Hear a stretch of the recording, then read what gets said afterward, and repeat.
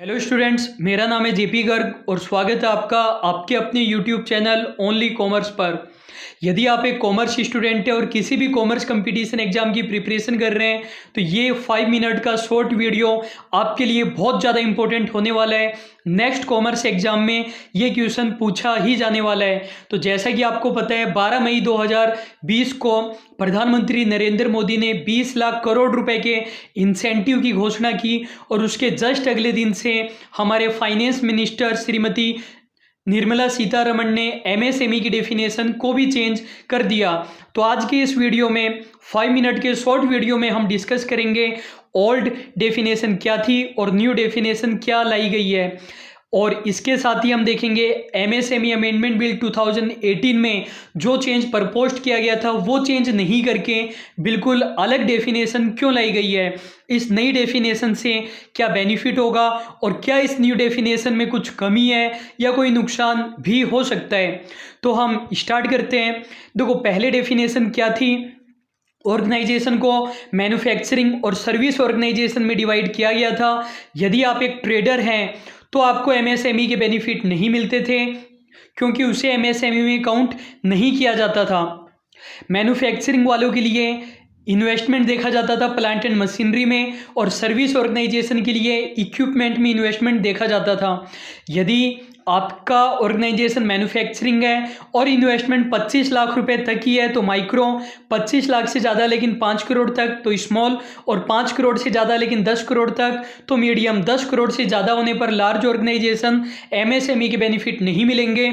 और इसी तरीके से सर्विस वाले में 10 लाख, 2 करोड़ और 5 करोड़ ये हमारी लिमिट होती थी। न्यू डेफिनेशन में क्या किया गया है, दोनों के लिए अलग अलग लिमिट नहीं रखी गई है, मैन्युफैक्चरिंग और सर्विस के लिए सेम लिमिट कर दी गई है।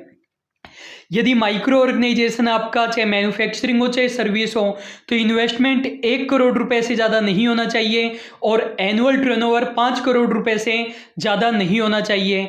मैंने एंड लिखा हुआ है, दोनों कंडीशन का पूरा होना जरूरी है। यदि टर्नओवर 6 करोड़ हो गया और इन्वेस्टमेंट यदि 90 लाख की है तो भी माइक्रो में नहीं आएगा, दोनों कंडीशन का पूरा होना जरूरी है।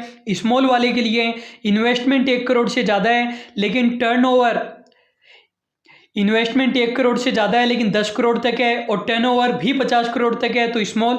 इसी तरीके से मीडियम में 20 करोड़ और 100 करोड़, ये दोनों ही कंडीशन पूरी होनी जरूरी है।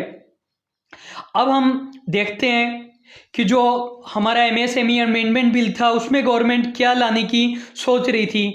तब गवर्नमेंट ने डिसाइड किया था कि इन्वेस्टमेंट तो हम हटा देंगे और केवल टर्नओवर के बेसिस पर डिवाइड करेंगे, 5 करोड़, 75 करोड़ और 250 करोड़, तो 575 और 250 करोड़ का टर्नओवर गवर्नमेंट ने सोचा था। लेकिन प्रेजेंट वाले में गवर्नमेंट ने टर्नओवर केवल कितना किया, 5 करोड़, 50 करोड़ और 100 करोड़, और साथ में इन्वेस्टमेंट की भी लिमिट रखी गई है। जो हमारा एमएसएमई अमेंडमेंट बिल 2018 था वो पास नहीं हो सका। जो मैन्युफैक्चरर्स थे वो इसका विरोध कर रहे थे। वो क्यों विरोध कर रहे थे, क्योंकि ये वाली लिमिट यदि अप्लाई की जाती तो इससे ट्रेडर को भी बेनिफिट होता, उन्हें भी लोन मिलता तो मैन्युफैक्चरर्स को कम लोन मिलता।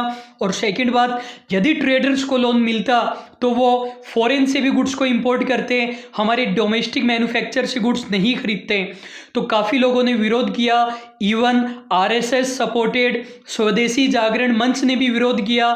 तो गवर्नमेंट ने पहली बात तो इन्वेस्टमेंट वाली लिमिट भी रखी जिससे कि ट्रेडर एंटर नहीं हो पाए, लेकिन गवर्नमेंट ने एक काम गलत किया।